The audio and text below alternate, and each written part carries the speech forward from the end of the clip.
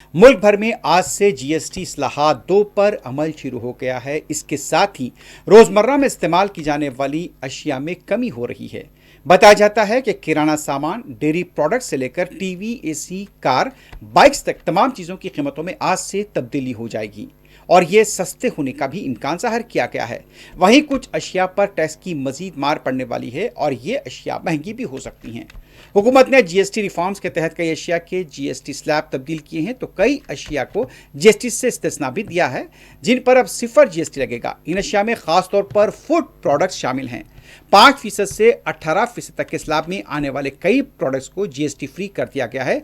इनमें बताया जाता है कि यूएचटी दूध, यहाँ पर छाछ, पनीर, सभी तरह के ब्रेड, रेडी टू ईट रोटी, रेडी टू ईट पराठा शामिल हैं। इसके अलावा बच्चों की तालीम से जुड़े सामान में पेंसिल, कटर, रबर, नोटबुक, नक्शे, चार्ट, ग्लोब, वाटर सर्वे चार्ट, उसके अलावा प्रैक्टिस बुक, ग्राफ बुक और उसके अलावा लेबोरेटरी नोट्स भी 12% की जगह अब यहाँ पर सिफर जीएसटी रख दिया गया है।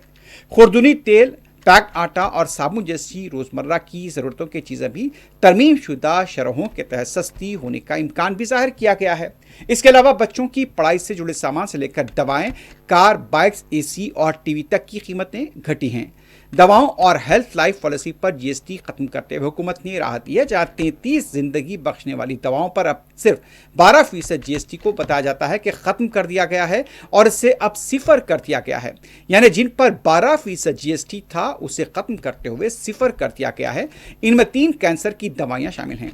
इसके अलावा यह बताया जाता है कि हेल्थ और लाइफ इंश्योरेंस पॉलिसी को भी पूरी तरह से जीएसटी से पाक किया गया है।